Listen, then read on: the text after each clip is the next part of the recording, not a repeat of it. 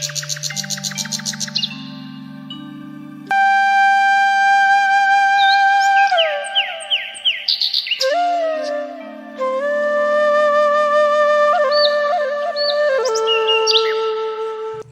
ಮುಂದೆ ನಿಂತು ರೂಪ ಅವಳ ಪ್ರತಿಬಿಂಬವನ್ನು ನೋಡಿ ನಗುತ್ತಾ ಇರುತ್ತಾಳೆ. ಅದೇ ಸಮಯದಲ್ಲಿ ಅವರ ಅಕ್ಕ ಅರ್ಚನಾ ಅಲ್ಲಿಗೆ ಬಂದು ಹೇಳುತ್ತಾಳೆ, ಅರೇ ರೂಪ, ಕನ್ನಡಿ ಮುಂದೆ ನಿಂತ್ಕೊಂಡ್ರೆ ನೀನು ಸುಂದರವಾಗಿ ಆಗ್ತೀಯ ಅಂತ ಅನ್ಕೊಂಡಿದೀಯಾ? ಅಕ್ಕ, ನಾನು ಸುಂದರವಾಗಿಲ್ಲ ಅಂತ ಪ್ರತಿ ಸರಿ ಹೇಳಿ ಹೇಳಿ ನನಗೆ ನೋವು ಮಾಡಬೇಡ ಅಕ್ಕ. ನೀನು ಎಷ್ಟೇ ಕನ್ನಡಿ ನೋಡಿದ್ರೂ ನನ್ನಷ್ಟು ಸುಂದರವಾಗಿ ನೀನು ಬರೋದಿಲ್ಲ. ನನಗೆ ಯಾರು ಬೇಕಾದರೂ ಗಂಡು ಕೊಡ್ತಾರೆ ಗೊತ್ತಾ ನಿನಗೆ, ಆದರೆ ನಿನಗೆ ಯಾರೂ ಸಹ ಬೀಳೋದಿಲ್ಲ. ಅಕ್ಕ, ಸೌಂದರ್ಯನೇ ಎಲ್ಲ ಮುಖ್ಯ ಅಲ್ಲ ಅಕ್ಕ, ಕೆಲವೊಂದು ಸರಿ ಗುಣ ಸಹ ಮುಖ್ಯ ಆಗುತ್ತೆ. ಒಳ್ಳೆ ಗುಣ ಇದ್ದರೆ ಅಷ್ಟೇ ಸಾಕು, ಇನ್ನೊಬ್ಬರ ಮನಸ್ಸನ್ನು ಆರಾಮಾಗಿ ಗೆಲ್ಬೋದು. ಅಂದ ಇಲ್ಲದೆ ಇರೋರು ಇನ್ನೇನು ಮಾತಾಡ್ತಾರೆ ಹೇಳು? ಹೀಗೆ ಮಾತಾಡಬೇಕು, ಮತ್ತು ಬೇರೆ ಏನು ಮಾತಾಡೋದಕ್ಕೆ ಅವಕಾಶ ಇರಲ್ವಲ್ಲ. ಹೋಗು ಹೋಗು, ಕನ್ನಡಿ ನೋಡ್ಕೊ, ನನ್ನಷ್ಟಂತೂ ನೀನು ಸುಂದರವಾಗಿ ಬರಲ್ಲ. ಪ್ರತಿ ಸಾರಿ ಅರ್ಚನಾ ರೂಪಾಳನ್ನು ಹೀಯಾಳಿಸುತ್ತಾ ಇರುತ್ತಾಳೆ.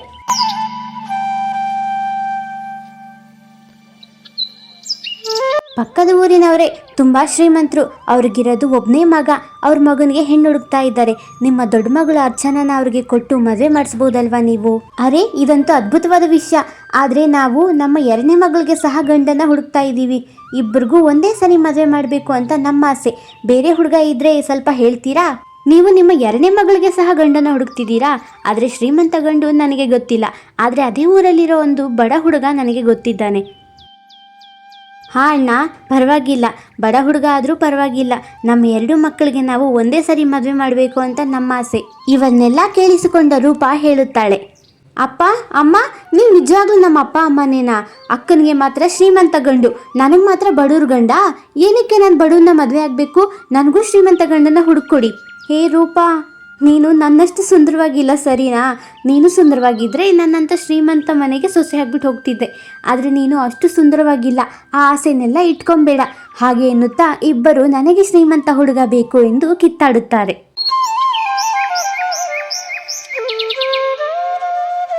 ದಿನಗಳು ಕಳೆದಂತೆ ಅರ್ಚನಾ ಒಬ್ಬ ಶ್ರೀಮಂತ ಹುಡುಗನನ್ನು ಮದುವೆಯಾಗಿ ದೊಡ್ಡ ಮನೆಯನ್ನು ಸೇರುತ್ತಾಳೆ.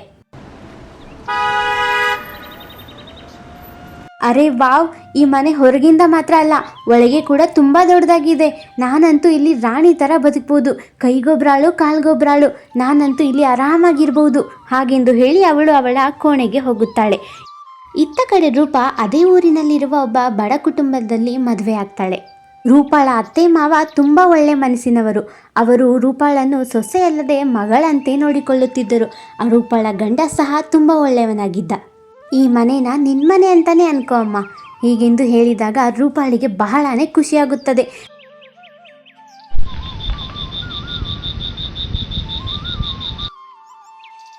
ಮೊದಲನೆಯ ರಾತ್ರಿ ಅರ್ಚನಾ ಅವಳ ಕೋಣೆಯಲ್ಲಿ ಕುಳಿತಿರುತ್ತಾಳೆ. ಅವಳ ಗಂಡ ಅಲ್ಲಿಗೆ ಬಂದು ಏನೂ ಮಾತನಾಡದೆ ಸುಮ್ಮನೆ ಮಲಗಿಬಿಡುತ್ತಾನೆ. ಅವಳಿಗೆ ಬೇಜಾರಾಗುತ್ತದೆ. ಯೇಶ್, ಎದ್ದೇಳು ಯೇಶ್, ಮೊದಲನೇ ರಾತ್ರಿನೇ ನೀವು ಕುಡಿದ್ಬಿಟ್ಟು ಬಂದಿದ್ದೀರಾ, ಎದ್ದೇಳಿ. ನೋಡು ಅರ್ಚನಾ, ಮದುವೆ ಓಡಾಟದಲ್ಲಿ ನನಗೆ ತುಂಬಾ ಸುಸ್ತಾಗಿದೆ. ನಿನ್ನ ಪಾಡಿಗೆ ಮಲ್ಕೋ, ನನ್ನನ್ನು ಡಿಸ್ಟರ್ಬ್ ಮಾಡಬೇಡ. ಹಾಗೆಂದು ಹೇಳಿದಾಗ ಅರ್ಚನಾಳ ಕಣ್ಣಲ್ಲಿ ನೀರು ಬರುತ್ತದೆ.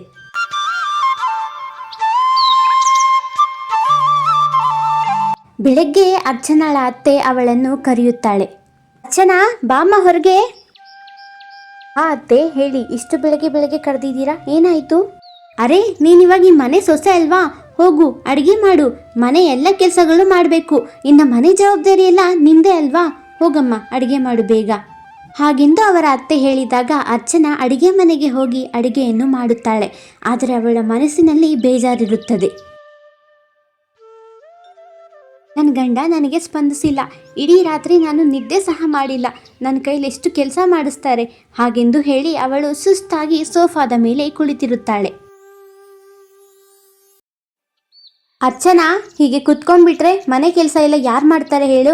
ಅಡುಗೆ ಅಂತೂ ಮಾಡಿದ್ಯಾ, ಮಿಕ್ಕಿರೋ ಕೆಲಸಗಳು ಯಾರು ಮಾಡ್ತಾರೆ? ಅತ್ತೆ, ರಾತ್ರಿ ನನಗೆ ಸರಿಯಾಗಿ ನಿದ್ದೆ ಆಗಿಲ್ಲ ಅತ್ತೆ, ಅದಕ್ಕೆ ಮೈ ಕೈ ತುಂಬ ಭಾರ ಅನ್ನಿಸ್ತಿದೆ. ನನಗೆ ತುಂಬ ಸುಸ್ತಾಗಿದೆ ಅತ್ತೆ. ಯಾವುದನ್ನ ಕೆಲಸದವ್ರಿಗೆ ಹೇಳ್ಬೋದು ಅಲ್ವಾ ಅತ್ತೆ? ಮನೆಯಲ್ಲಿ ಸೊಸೆ ಇರುವಾಗ ನಾವು ಕೆಲಸದವ್ರನ್ನ ಕರೆದು ಸುಮ್ಮನೆ ದುಡ್ಡನ್ನ ಯಾಕೆ ವೇಸ್ಟ್ ಮಾಡ್ಕೊಬೇಕು ಹೇಳು? ಬುದ್ಧಿವಂತರ ಲಕ್ಷಣ ಅದು. ದುಡ್ಡನ್ನ ಖರ್ಚು ಮಾಡಬಾರ್ದು. ಹೋಗು, ಬೇಗ ಕೆಲಸ ನೋಡ್ಕೋ. ಇತ್ತ ಕಡೆ ರೂಪಾಳ ಮನೆ ತುಂಬ ಸಣ್ಣದಾದರೂ ಸಹ ಅವರ ಮನಸ್ಸಿನಲ್ಲಿ ತುಂಬ ನೆಮ್ಮದಿ ಇತ್ತು. ರೂಪಾ ಇನ್ನು ಎದ್ದೇಳುವ ಮುಂಚೆ ಅವರ ಅತ್ತೆ ಎಲ್ಲ ಅಡಿಗೆಗಳನ್ನು ಮಾಡಿದ್ದರು. ಮತ್ತೆ ಎಲ್ಲರೂ ಅಡಿಗೆ ಮನೆಯಲ್ಲಿ ಕುಳಿತಿದ್ದರು. ಅದೇ ಸಮಯದಲ್ಲಿ ರೂಪಾ ಅಲ್ಲಿಗೆ ಬರುತ್ತಾಳೆ. ಅತ್ತೆ, ಸಾರಿ ಅತ್ತೆ, ಲೇಟಾಗಿ ಎದ್ದಳಿದಕ್ಕೆ. ಈ ಕಡೆ ಬನ್ನಿ ಅತ್ತೆ, ನಾನು ಕೆಲಸ ಮಾಡ್ತೀನಿ. ರೇ ಮಗಳೇ, ಇರ್ಲಿ ಬಿಡು, ಅಡುಗೆ ಎಲ್ಲ ಆಗಿದೆ. ಈಗಾಗಲೇ ನಾನು ತಿಂತಾ ಇದ್ದೀನಿ ಅಲ್ವಾ. ನನಗೆ ನಿಮ್ಮ ಅತ್ತೆ ಕೈಯಲ್ಲಿ ಮಾಡಿರೋ ಅಡುಗೆನೇ ತುಂಬ ಇಷ್ಟ ಅಮ್ಮ. ನೀನು ಆರಾಮಾಗಿ ರೆಸ್ಟ್ ಮಾಡು, ಇಲ್ಲಾಂದರೆ ನಿಮ್ಮ ಅತ್ತೆ ಸೋಂಬೇರಿ ಆಗೋತಾಳೆ. ಹಾಗೆಂದು ಹೇಳಿ ಮನೆಯವರೆಲ್ಲ ನಗಾಡಲು ಶುರು ಮಾಡುತ್ತಾರೆ. ಅತ್ತೆ, ಮದುವೆ ಆದಮೇಲೆ ಒಂದು ಸರಿ ತಾಯಿ ಮನೆಗೆ ಹೋಗೋ ಸಂಪ್ರದಾಯ ಇದೆ ಅಲ್ವಾ, ನಾನು ಹೋಗ್ಬಿಟ್ಟು ಬರಲಾ ಅತ್ತೆ? ಅರೇ ಸೊಸೆ, ಇದರಲ್ಲಿ ಕೇಳೋ ಅಂಥದ್ದೇನಿದೆ? ಹುಷಾರಾಗಿ ಹೋಗ್ಬಿಟ್ಟು ಬೇಗನೆ ಬಂದ್ಬಿಡು ಆಯ್ತಾ?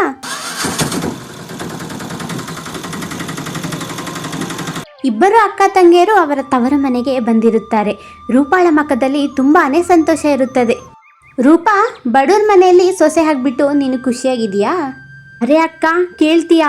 ನಾನಂತೂ ಶ್ರೀಮಂತ ಹುಡುಗ ಬೇಕು ಅಂತ ನಿನ್ನ ಹತ್ರ ಸುಮ್ಮನೆ ಕಿತ್ತಾಡ್ದೆ. ಬಡವ್ರ ಮನೇಲಿದ್ರು ಸಹ ನಾನು ತುಂಬ ಖುಷಿಯಾಗಿದ್ದೀನಿ ಗೊತ್ತಾ. ನಮ್ಮ ಅತ್ತೆ ನನ್ನನ್ನು ತುಂಬ ಚೆನ್ನಾಗಿ ನೋಡ್ಕೊತಾರೆ. ಈ ಮಾತನ್ನು ಕೇಳಿ ಅರ್ಚನಳಿಗೆ ತುಂಬಾನೇ ಕೋಪ ಬರುತ್ತದೆ. ಅದಕ್ಕೆ ಅವಳು ಸಹ ಸುಳ್ಳನ್ನು ಹೇಳುತ್ತಾಳೆ. ನಮ್ಮನೆ ಏನು ಸುಮ್ಮನೆನಾ? ನಾವಂತೂ ತುಂಬಾನೇ ಶ್ರೀಮಂತರು. ಕೈಗೊಬ್ರು ಕಾಲ್ಗೊಬ್ರು ಆಳುಗಳಿದ್ದಾರೆ. ನೋಡು, ನಾನು ಎಷ್ಟು ಚೆನ್ನಾಗಿ ಬಟ್ಟೆ ಹಾಕೊಂಡು ಶೋಕಿ ಮಾಡ್ತೀನಿ, ನಮ್ಮತ್ತೆ ಏನೂ ಕೇಳಲ್ಲ.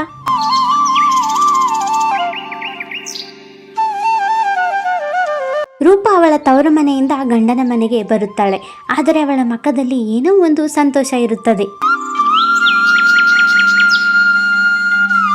ಆದರೆ ಇತ್ತ ಕಡೆ ಅರ್ಚನಾ ಮನೆಯೊಳಗೆ ಹೋಗೋದಕ್ಕೆ ಹಿಂದೆ ಮುಂದೆ ನೋಡುತ್ತಾಳೆ. ಅವಳು ಮನೆಯ ಹೊರಗೆ ನಿಂತು ಯೋಚಿಸುತ್ತಾಳೆ. ಅಯ್ಯೋ, ಮನೆ ಒಳಗಡೆ ಹೋಗಬೇಕಾ? ಇಲ್ಲಿ ನನ್ನನ್ನು ಯಾರೂ ಕೇರ್ ಮಾಡೋದಿಲ್ಲ. ಹೇಗಿದೆಯಾ, ಏನು ಮಾಡ್ತಿದ್ಯಾ ಅಂತ ಕೇಳಲ್ಲ. ನನ್ನನ್ನು ಒಂದು ಕೆಲಸ ಥರ ನೋಡ್ತಾರೆ. ಆದರೂ ಏನು ಮಾಡಬೇಕು, ಮನೆ ಒಳಗೆ ಹೋಗಲೇಬೇಕಲ್ವಾ? ಹಾಗೆಂದು ಹೇಳಿ ಅವಳು ಮನೆಯ ಒಳಗೆ ಹೋಗುತ್ತಾಳೆ. ಅವಳ ಅತ್ತೆ ಮಾತ್ರ ಸೋಫಾ ಮೇಲೆ ಕುಳಿತಿರುವುದನ್ನು ನೋಡಿ ಅವಳು ಕೇಳುತ್ತಾಳೆ. ಅತ್ತೆ, ನೀವು ಮಾತ್ರ ಇದ್ದೀರಾ? ನಿಮ್ಮ ಮಗ ಎಷ್ಟಿಲ್ವಾ? ನಾನು ತವ್ರ ಮನೆಯಿಂದ ಬಂದಿದ್ದೀನಿ. ಅವ್ರು ನೋಡೋದಕ್ಕೆ ಸಹ ಬಂದಿಲ್ಲ. ಎಲ್ಲಿದ್ದಾರೆ ಅವರು? ಅರೆ ಅರ್ಚನಾ, ನಿನ್ನ ಕೋಣೆಗೆ ಹೋಗು. ಎಷ್ಟು 2 ದಿನದಿಂದ ಮನೆಗೆ ಬಂದಿಲ್ಲ.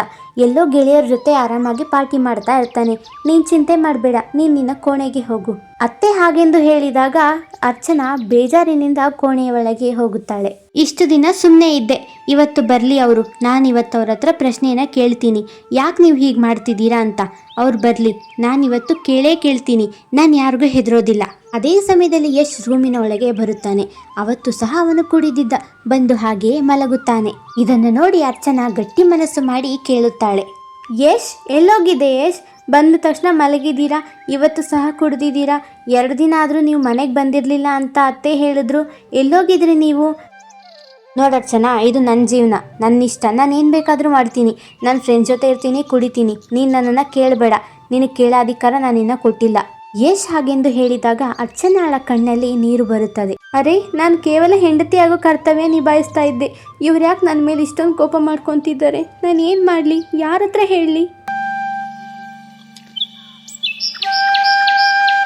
ನಾನು ಯಾರ ಹತ್ರ ಹೇಳಲಿ, ಏನು ಮಾಡಲಿ ಅಂತ ನನಗೊಂದೂ ಗೊತ್ತಾಗಿಲ್ಲ ರೂಪಾ. ಅದಕ್ಕೆ ನಾನು ನಿನ್ನ ಹತ್ರ ಬಂದೆ. ಅಕ್ಕ, ಇನ್ನೂ ಕಾಲ ಮಿಂಚಿಲ್ಲ. ಅವ್ರಿಗೆ ಸ್ವಲ್ಪ ಸಮಯ ಕೊಡು. ಅವ್ರನ್ನ ಪ್ರೀತಿಯಿಂದ ನೋಡ್ಕೊ.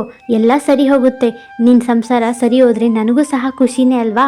ನೀನು ಹೇಳ್ದಂಗೆ ನಾನು ಅವ್ರ ಹತ್ರ ಆಗೋಕ್ಕೆ ಪ್ರಯತ್ನ ಪಡ್ತೀನಿ ಕಣೆ. ತುಂಬ ಥ್ಯಾಂಕ್ಸ್. ಹಾಗೆಂದು ಹೇಳಿ ಅರ್ಚನಾ ಅವಳ ಗಂಡನ ಸಮೀಪ ಆಗೋಕ್ಕೆ ಪ್ರಯತ್ನ ಪಡುತ್ತಾಳೆ. ಅವಳ ಗಂಡನ ಮನಸ್ಸು ಗೆಲ್ಲೋಣ ಅಂತ ತುಂಬಾ ಪ್ರಯತ್ನ ಮಾಡುತ್ತಾಳೆ. ಅವಳ ಗಂಡನ ಬಳಿ ಹೋಗಿ ಕುಳಿತುಕೊಳ್ಳುವುದು, ಅವನನ್ನು ನೋಡುವುದು ಎಲ್ಲ ಮಾಡುತ್ತಾಳೆ. ಆದರೂ ಸಹ ಯಶ್ ಸ್ವಲ್ಪ ಸಹ ಕೇರ್ ಮಾಡೋದಿಲ್ಲ. ಯಶ್ನ ಇಂಪ್ರೆಸ್ ಮಾಡೋಕೆ ಅರ್ಚನಾ ತುಂಬ ಚೆನ್ನಾಗಿ ತಯಾರು ಸಹ ಆಗ್ತಾಳೆ.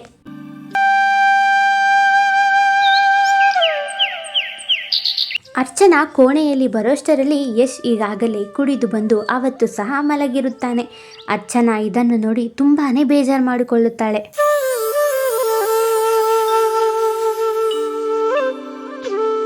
ಮರುದಿನ ಯಶ್ ಬೇರೆ ಒಂದು ಹುಡುಗಿಯನ್ನು ಮದುವೆಯಾಗಿ ಬಂದಿರುತ್ತಾನೆ. ಮನೆಯವರೆಲ್ಲ ಇದನ್ನು ನೋಡಿ ತುಂಬಾ ಬೆರಗಾಗುತ್ತಾರೆ. ಅರ್ಚನಾಳ ಮನಸ್ಸು ಒಡೆದೇ ಹೋಗುತ್ತದೆ. ಯಶ್, ಇದೇನು ಮಾಡಿದ್ದೀರಾ ನೀವು? ನಿಮ್ಮ ಹೆಂಡತಿ ಅಂತ ನಾನಿದ್ದೀನಿ. ನಾನಿರೋವಾಗೆ ನೀವು ಇನ್ನೊಂದು ಮದುವೆ ಆಗ್ಬಿಟ್ಟು ಬಂದಿದ್ದೀರಾ? ಯಾಕೆ ನನಗೆ ನೀವು ಇಷ್ಟೊಂದು ದೊಡ್ಡ ಮೋಸ ಮಾಡಿದ್ದೀರಾ? ನಾನು ಏನು ಕಮ್ಮಿ ಮಾಡಿದ್ದೆ? ಹಾಂ ಮಗನೇ, ಯಾಕೆ ಈ ಥರ ತಪ್ಪು ಮಾಡಿದೆ? ನಮ್ಮ ಹತ್ರ ಒಂದು ಮಾತು ಹೇಳಬೇಕಂತನೂ ನಿನಗೆ ಅನಿಸಿಲ್ವಾ? ಏನಕ್ಕೆ ಇನ್ನೊಂದು ಮದುವೆ ಆಗ್ಬಿಟ್ಟು ಬಂದಿದ್ಯಪ್ಪ? ಈ ಹುಡುಗಿ ಗತಿ ಏನು ಇವಾಗ? ಅಮ್ಮ, ನನಗಿಷ್ಟ ಇಲ್ಲ ಅಂದರೂ ಸಹ ನೀವು ಬೇರೆ ಹುಡುಗಿ ಜೊತೆ ನನಗೆ ಮದುವೆ ಮಾಡಿದ್ರಿ. ನನಗೆ ಆ ಹುಡುಗಿ ಸ್ವಲ್ಪ ಸಹ ಇಷ್ಟ ಇಲ್ಲ. ಅದಕ್ಕೆ ನಾನು ಇಷ್ಟಪಡೋ ಅಂಥ ಹುಡುಗಿನ ಮದುವೆ ಆಗ್ಬಿಟ್ಟು ಬಂದಿದ್ದೀನಿ. ಇನ್ನು ನನಗೆ ಮತ್ತು ಇವಳಿಗೆ ಸಂಬಂಧ ಇಲ್ಲ. ಇವಳನ್ನ ಮನೆಯಿಂದ ಆಚೆ ಹಾಕಿ, ನಿಮ್ಮ ಸೊಸೆ ಇನ್ಮೇಲೆ ಇವಳೆ. ಚೆನ್ನಾಗಿ ಕಣ್ಣೀರನ್ನು ಹಾಕಿಕೊಂಡು ಅವಳು ಅವಳ ತಂಗಿಯ ಮನೆಗೆ ಓಡಿ ಬಂದು ನಡೆದ ಎಲ್ಲ ಘಟನೆಯನ್ನು ಹೇಳುತ್ತಾಳೆ. ಅರೆ, ದುಡ್ಡಿರೋರೆಲ್ಲ ಇಷ್ಟೇ. ನನಗೆ ಆ ಹುಡುಗನ ಬಗ್ಗೆ ಮುಂಚೆನೇ ಗೊತ್ತಿತ್ತು. ಆದರೆ ನಿನ್ನನ್ನು ಮದುವೆ ಆದಮೇಲಾದರೂ ಅವನು ಸರಿ ಹೋಗ್ತಾನೆ ಅಂತ ಅಂದ್ಕೊಂಡಿದ್ದೆ. ಆದರೆ ಏನು ಮಾಡೋದು. ಅಕ್ಕ, ಅಳೋದನ್ನು ನಿಲ್ಲಿಸು. ಅಳೋದ್ರಿಂದ ಯಾವುದೂ ಸರಿ ಹೋಗೋದಿಲ್ಲ. ನಡಿ, ಅಪ್ಪ ಅಮ್ಮ ಹತ್ರ ಹೋಗಿಬಿಟ್ಟು ಇದ್ರ ಬಗ್ಗೆ ಮಾತಾಡೋಣ. ಅವ್ರು ಏನು ಹೇಳ್ತಾರೋ ಅಂತ ಆಮೇಲೆ ಡಿಸೈಡ್ ಮಾಡೋಣ. ಹಾಗೆಂದು ಹೇಳಿ ಎಲ್ಲರೂ ಅವರ ತಂದೆ ತಾಯಿಯ ಬಳಿ ಹೋಗುತ್ತಾರೆ. ಮಗಳೇ, ಏನು ಹೇಳ್ತಾ ಇದೆಯಾ? ಅವ್ನು ತುಂಬ ಒಳ್ಳೆಯವನು ಅಂತ ಹೇಳಿದಕ್ಕೆ ನಿನ್ನ ಜೊತೆ ಮದುವೆ ಮಾಡಿಕೊಟ್ಟಿದ್ದು. ಆದರೆ ನಿನ್ನ ಮನೆಯೇ ಹೊಡೆದೋಯ್ತಾ? ಹೌದಮ್ಮ, ನೀನು ಖುಷಿಯಾಗಿರಲಿ ಅಂದ್ಬಿಟ್ಟೆ ನಾವು ಶ್ರೀಮಂತರ ಮನೆಗೆ ಕೊಟ್ಟು ಮದುವೆ ಮಾಡಿಸಿದ್ದು. ಸಾಕು ನಿಲ್ಲಿಸಿ ಅಪ್ಪ ಅಮ್ಮ. ಯಾವಾಗ ನೋಡಿದ್ರು ಶ್ರೀಮಂತರು ಅಂತೀರಾ. ಶ್ರೀಮಂತರು ಏನು ಮಾಡಿದ್ರು ನಮಗೆ? ನನ್ನ ಜೀವನನೇ ಹಾಳಾಗೋಯ್ತು. ಶ್ರೀಮಂತರಲ್ಲ, ಒಳ್ಳೆ ಮನ್ಸು ಮುಖ್ಯ ಅಂತ ನನ್ನ ತಂಗಿ ನನಗೆ ಯಾವಾಗಿಂದನೂ ಹೇಳಿದ್ಲು. ಇವಾಗ ನನ್ನ ಜೀವನ ಹಾಳಾಗೋಯ್ತಲ್ಲ, ಇದಕ್ಕೊಂದು ಪರಿಹಾರ ಕೊಡಿ. ನಾನು ಏನು ಮಾಡಲಿ ಇನ್ಮೇಲೆ? ನೋಡು ಮಗಳೇ, ಜೀವನ ಹಾಳಾಯಿತು ಅಂತ ಚಿಂತೆ ಮಾಡಬೇಡ. ಇನ್ನು ನಿನಗೆ ತುಂಬಾ ವಯಸ್ಸಿದೆ. ನೀನು ಇನ್ಮೇಲೆ ಬೇಕಂದರೆ ಆರಾಮಾಗಿ ಜೀವನ ಮಾಡ್ಬೋದು. ಬೇಕಂದರೆ ನೀನು ತವ್ರ ಮನೆಯಲ್ಲೇ ಇರು. ಹೌದು ಮಗಳೇ, ನಿನಗೆ ತವ್ರ ಮನೇಲಿ ಇರೋಕ್ಕೆ ಇಷ್ಟ ಇಲ್ಲ ಅಂದರೆ ನೀನು ನಮ್ಮ ಮನೆಗೆ ಬಾ. ನಿನ್ನನ್ನು ಮಗಳಂತೆ ನೋಡ್ಕೊತೀನಿ. ಇಲ್ಲ ಅಂದರೆ ನೀನು ಇನ್ನೊಂದು ಮದುವೆ ಆಗು. ಅವಾಗಾದರೂ ನಿನ್ನ ಜೀವನ ಸುಖವಾಗಿರುತ್ತೆ. ಅಮ್ಮ, ಇನ್ನೊಂದು ಮದುವೆ ಆಗೋದಕ್ಕೆ ಹೇಳ್ತಾ ಇದ್ದೀರಾ? ಆದರೆ ಈ ಸಮಾಜ, ಈ ಜಗತ್ತು ಏನು ಅನ್ನುತ್ತೆ? ನನ್ನನ್ನು ಗಂಡ ಬಿಟ್ಟವರು ಅಂತ ಕರೆಯುತ್ತೆ. ಇನ್ನೊಬ್ಬರು ಯಾರು ನನ್ನನ್ನು ಮದುವೆ ಆಗ್ತಾರೆ ಹೇಳಿ? ಸಮಾಜ ಏನನ್ನುತ್ತೆ, 4 ಜನ ಏನಂತಾರೆ ಅಂತ ಯೋಚನೆ ಮಾಡಬೇಡ. ನಿನಗೆ ಹೊಟ್ಟೆ ಹಸುವಾದಾಗ ನೀನೇ ಊಟ ತಿನ್ನಬೇಕು. ನನ್ನ ಒಂದು ಮಗ ಇದ್ದಾನೆ, ನೀನು ಅವನನ್ನು ಮದುವೆ ಆಗು. ಸಮಾಜದ ಬಗ್ಗೆ ಚಿಂತೆ ಮಾಡಬೇಡ. ಶಾರದಾ ಸಿಟಿಯಲ್ಲಿರುವ ಅವನ ಅಕ್ಕನ ಮಗನನ್ನು ಊರಿಗೆ ಕರೆಸುತ್ತಾಳೆ. ಆನಂತರ ಅರ್ಚನಾಳ ಜೊತೆ ಅವನ ಮದುವೆ ಮಾಡಿಸುತ್ತಾಳೆ. ಆಕಾಶ್ಗೆ ಎಲ್ಲ ವಿಷಯ ತಿಳಿದ ನಂತರವೂ ಸಹ ಅವನು ಅರ್ಚನಾಳಿಗೆ ಹೊಸ ಬಾಳನ್ನು ಕೊಡುತ್ತಾನೆ. ಈಗ ಎಲ್ಲರೂ ಖುಷಿಯಿಂದ ಜೀವನ ಮಾಡಿದರು. ಸೊ ಹಾಯ್ ಫ್ರೆಂಡ್ಸ್, ನನ್ನ ಕತೆ ನಿಮಗೆ ಇಷ್ಟ ಆಯಿತಾ? ಇಷ್ಟ ಆದರೆ ಒಂದು ಲೈಕ್ ಮತ್ತು ಸಬ್ಸ್ಕ್ರೈಬ್ ಮಾಡಿ. ನೆಕ್ಸ್ಟ್ ವಿಡಿಯೋದಲ್ಲಿ ನಿಮ್ಮ ಹೆಸರೇನಾದರೂ ಬಳಸಬೇಕಾ? ಕಮೆಂಟ್ ಬಾಕ್ಸ್ನಲ್ಲಿ ನಿಮ್ಮ ಹೆಸರನ್ನು ಕಮೆಂಟ್ ಮಾಡಿ.